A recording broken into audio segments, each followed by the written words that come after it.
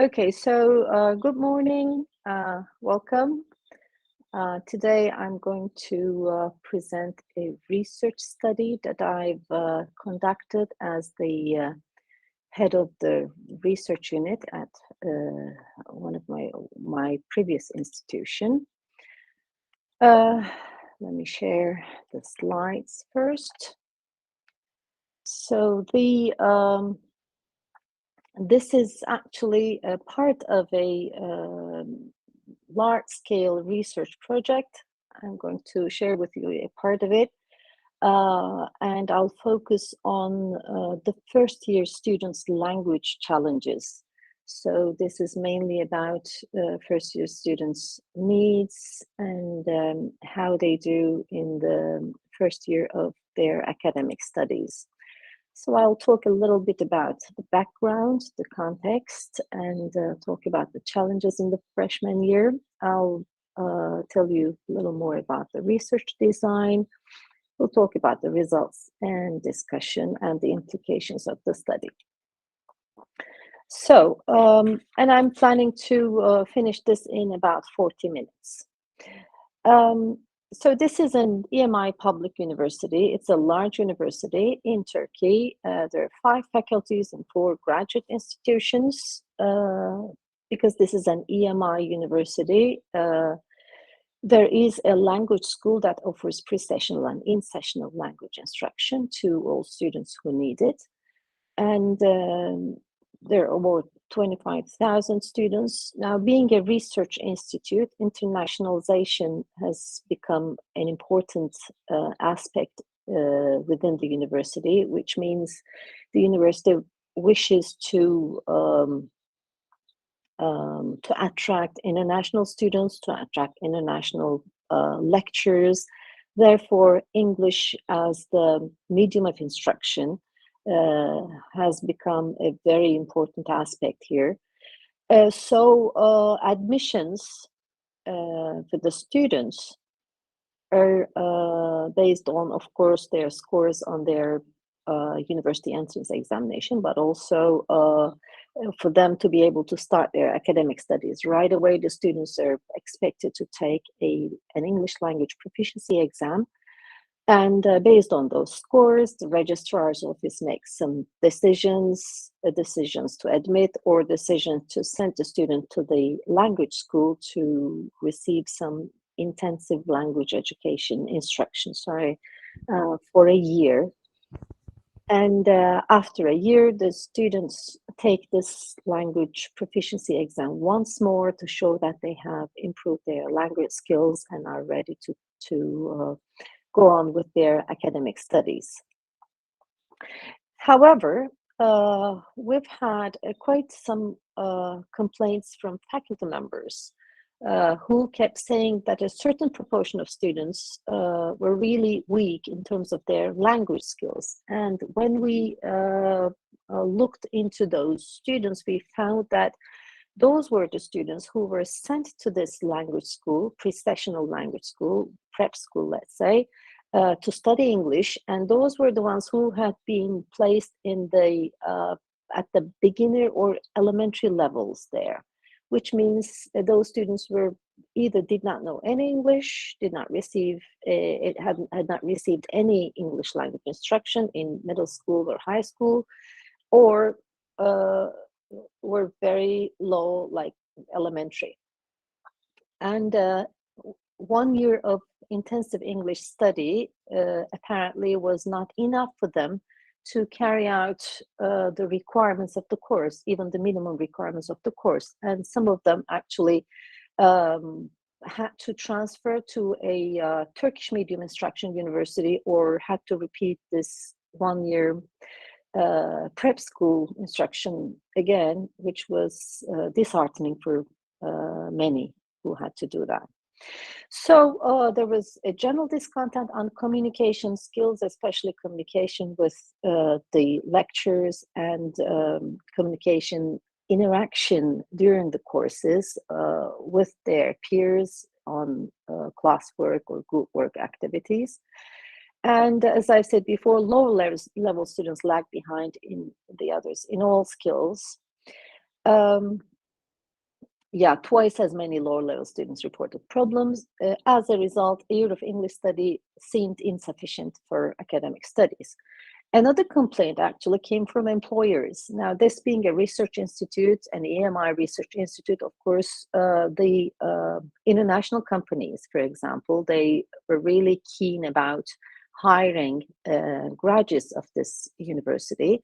But they too had complaints in international companies. They too had complaints about the communication skills of the students, that they were not able to talk in meetings, they were not able to prepare good emails or reports. So all of these put together, we've decided that we should look into the language instruction, the program in the pre-sessional language school, pre-sessional and in-sessional language school. And also we needed to look at the efficiency of the language exam. So we first started with a needs analysis study in order to reveal first-year students' language needs, which obviously would lead to the design of a new curriculum for the language school and to a revised language exam. It was a mixed method study, and the data sources were decided to be the faculty members, the students, the stakeholders, classrooms, and documents. Interviews, we collected verbal data through interviews with faculty members from different departments and different faculties. A total of 28 faculty members, I interviewed them. I also designed questionnaires, which we distributed to first-year students. 536 students participated in the study. We distributed the questionnaires in the classrooms with the permission of the lecturers after classes. I carried out some class observations, about a total of about 20 hours. I observed first-year courses, and I especially focused on the type of activities students had to or were asked to carry out during those during classes. Also, we collected some documents like course books from different departments, what kind of course books, what type of text students needed to read. We looked at exam papers to understand the type of writing students needed to do. We also looked at assignments to understand the communicative language needs, and also the syllabi, of course, to have an overall idea as to the course requirements. So these two research questions came up. What are the communicative language needs in the first year of academic programs, and to what extent are first year students' language competencies sufficient to fulfill course requirements? And we looked at the second research question from the point of view of subject instructors, that is the lecturers, and the students. So I'll start with the results of the interviews. In terms of reading, the academic tasks were, first of all, background reading assignments. Almost all the instructors I talked to said that they want their students to do some background reading before coming to class. So they assigned readings, and those readings were from a few pages to a whole chapter of about 40 pages. So it varied. Most of them said they wanted their students to do some fast-paced reading. So what they refer to as fast-paced reading is actually kind of search reading, which you see at the end of this list here, which is mainly really fast reading, but also noting, understanding where the relevant sections of their readings are. So when they're given one or two chapters, one chapter for each course, so it's quite a heavy reading load. They had to find the relevant part, read very quickly, like skimming, find the relevant part, focus there, do some intensive reading, and then move on. And that they shouldn't be intimidated by this volume of reading. They had to do intensive reading for the exams or for the lectures, meaning careful reading, understanding all the arguments in a text. And also they were asked to do some analytical and critical reading, relating what they read with what they already know, with their background knowledge. So these were the types of reading that were specified by the lectures. And the weaknesses, according to the lectures, were that the reading load was daunting for most students. They couldn't cope with the lengthy texts, and when they see the assignments they actually gave up even before starting reading, they couldn't comprehend the main ideas or the main arguments in the text, and they weren't able to do critical reading. They just did surface level reading. And one thing that came up during the interviews is that many faculty members said that the students don't read in English, but also they don't read in their native language. So not having the habit of reading in their native language also leads to the habit of not reading in English. And vocabulary was mentioned by many of the participants as one of the major weaknesses. Due to lack of a good range of vocabulary, students were not able to understand what they were reading. In terms of listening, the major tasks were lectures, of course. Lecturing was the main type of input by the lecturer. They expected students to do note-taking during the lectures. Many lecturers said they asked the students to watch some documentaries or films before class, so I also put that in that list. And also during class, they said class discussions and group discussions were also conducted quite frequently. So how about students' weaknesses? They said they get tired listening to English. They cannot sustain listening English for a long time. Therefore they cannot focus or concentrate. And partly this may be because they cannot understand academic jargon or field specific jargon. So they don't understand, they can't concentrate, so they get tired, etc. So as a result, they copy notes from peers rather than taking notes themselves, and they can't participate and can't follow topic development if no subtitles in films. So they ask for subtitles in films because listening skills are not sufficient to understand what's going on. In terms of writing, because this is a technical university, a research university at the same time, they had a lot of report writing. So report writing was a major task. Response papers, critical thinking, and response papers. In the exams, all sorts of tasks were given, but also they had short answer and essay type tasks. So these were the major writing tasks.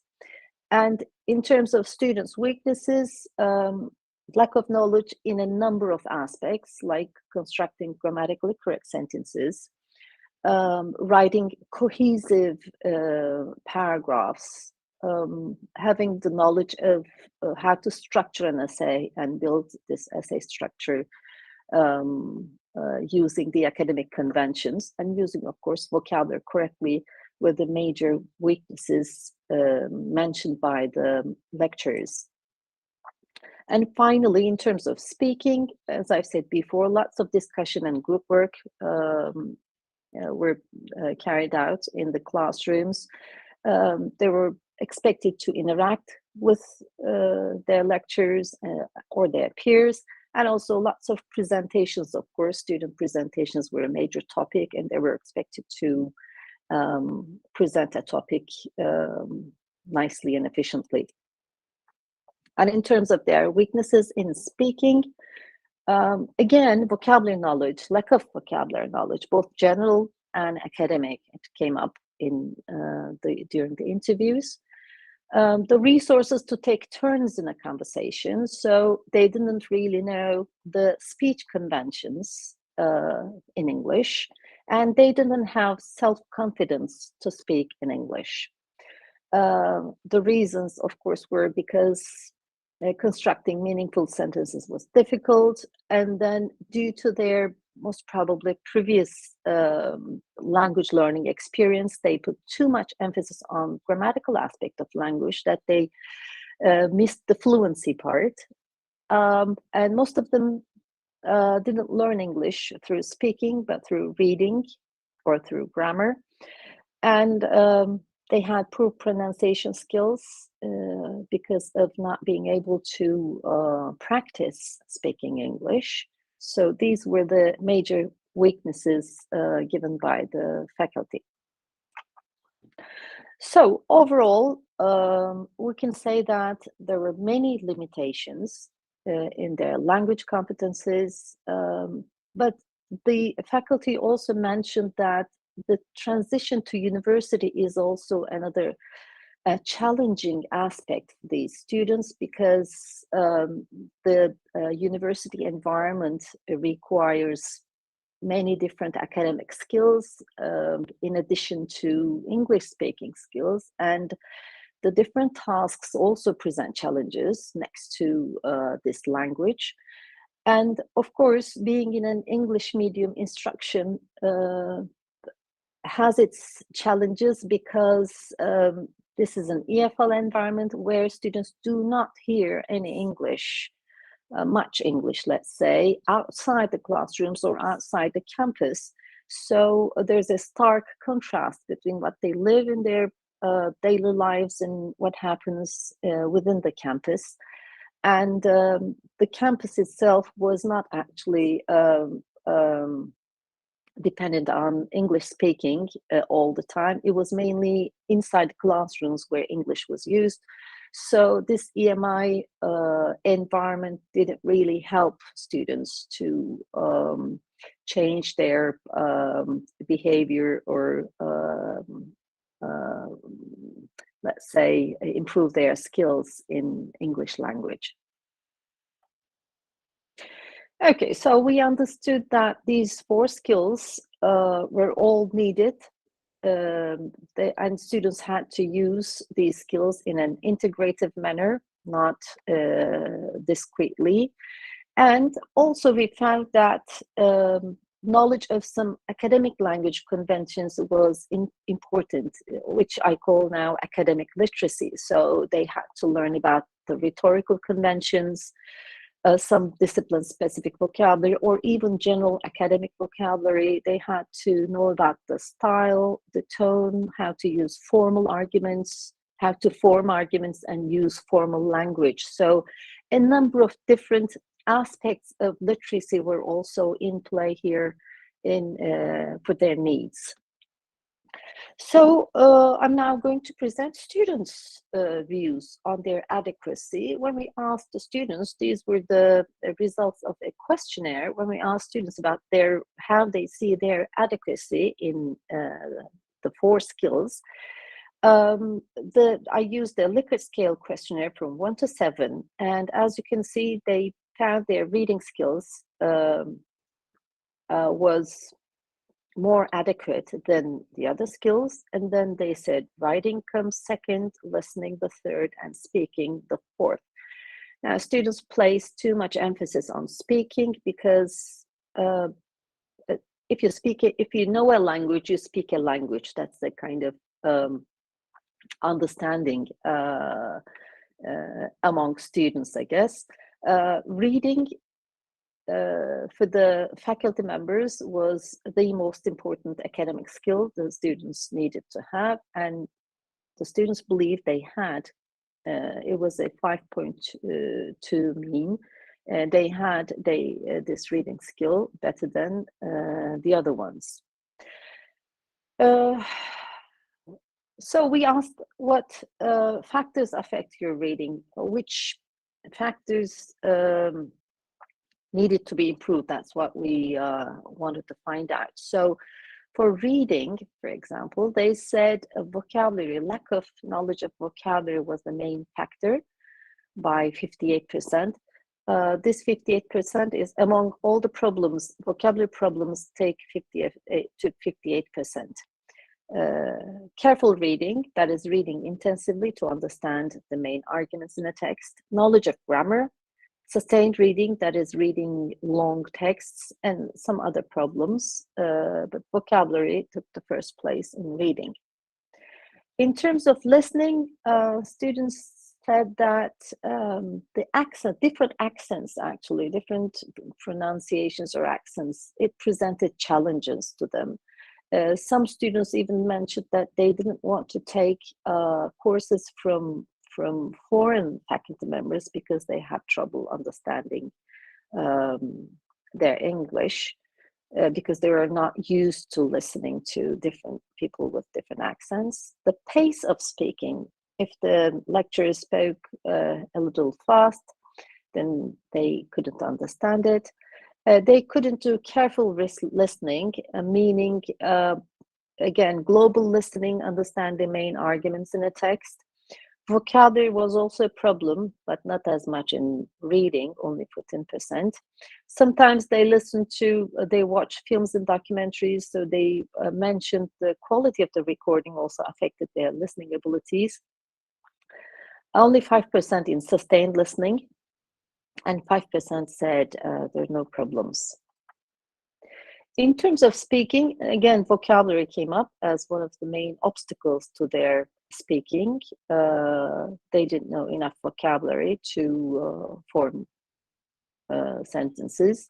And fluency, by fluency, they actually meant being able to talk like a native speaker. So native speakerism was a major thing actually among the students.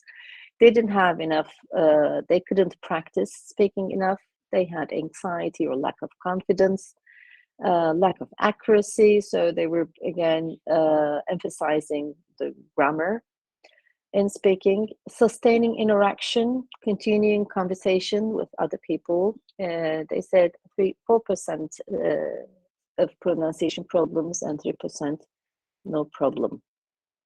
And finally, writing. Again, vocabulary came up. They didn't know enough vocabulary. They knew that. Grammar, constructing correct grammatical sentences, understanding the organization of a text, how to organize their writing in formal academic writing, timed writing, like writing an essay during the exams, finding content to write was another point mentioned, and 10% said no problem. So what do we understand from all of this?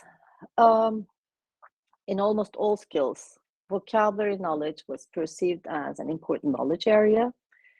Vocabulary was found insufficient in all skills. Oops, I'm sorry, have I missed something? No, okay. In terms of reading problems, we said they don't, as a habit, they don't read, they don't know reading strategies, and language also is an obstruction to their reading habits, perhaps. It can be associated with students' inexperience in acknowledging this as a study skill. So the lectures consistently said that the students need to learn through reading, and the students thought they could learn through the lectures. There was this discrepancy between how they should be learning. So the volume and density is daunting. So students mainly rely on lectures, whereas the lectures, as I say, suggest that they have to learn through reading. They cannot select appropriate reading strategies. They are not experiencing in using academic reading skills, so to understand the moves in an academic journal, an article, for example, which parts to read, which parts to skip, perhaps. So these are all about their experience understanding the textual organization, structural organization of academic texts, and cannot establish flow, meaning they don't enjoy reading. They don't enjoy learning through reading. In terms of listening, because of lack of background knowledge, because they don't read, they have these problems. They cannot distinguish between what is relevant and what is not, and they cannot concentrate on long stretches of talk. And as a result, some of the lectures said they lecture in short segments, or they restructure lectures with some smooth transitions. We know from the literature that writing and speaking, the productive skills, are the most challenging skills all over the world. It's not specific to Turkey. Using academic styles in writing is a very important aspect of writing, and for speaking, interaction with classmates and professors, which is expected to expand their knowledge, was problematic in our case.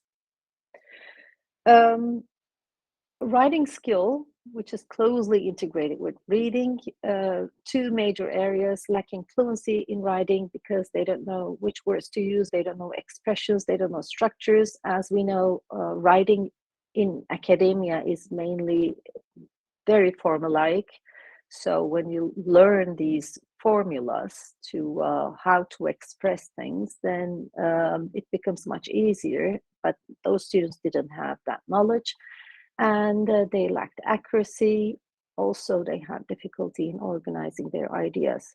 So fluency, accuracy, intelligibility, and some affective factors were also problematic for their speaking skills. So what did the content instructors do? What did the lecturers do? Actually, some said they chose textbooks that have Turkish translations, so that if the students can't understand English, they could go and read the Turkish translations. Some said they especially find textbooks or course books that do not have Turkish translations, so that they have to read in English and have to try to understand. Some said they allow students to ask questions in Turkish. Some of them said they translate those questions into English for the international students.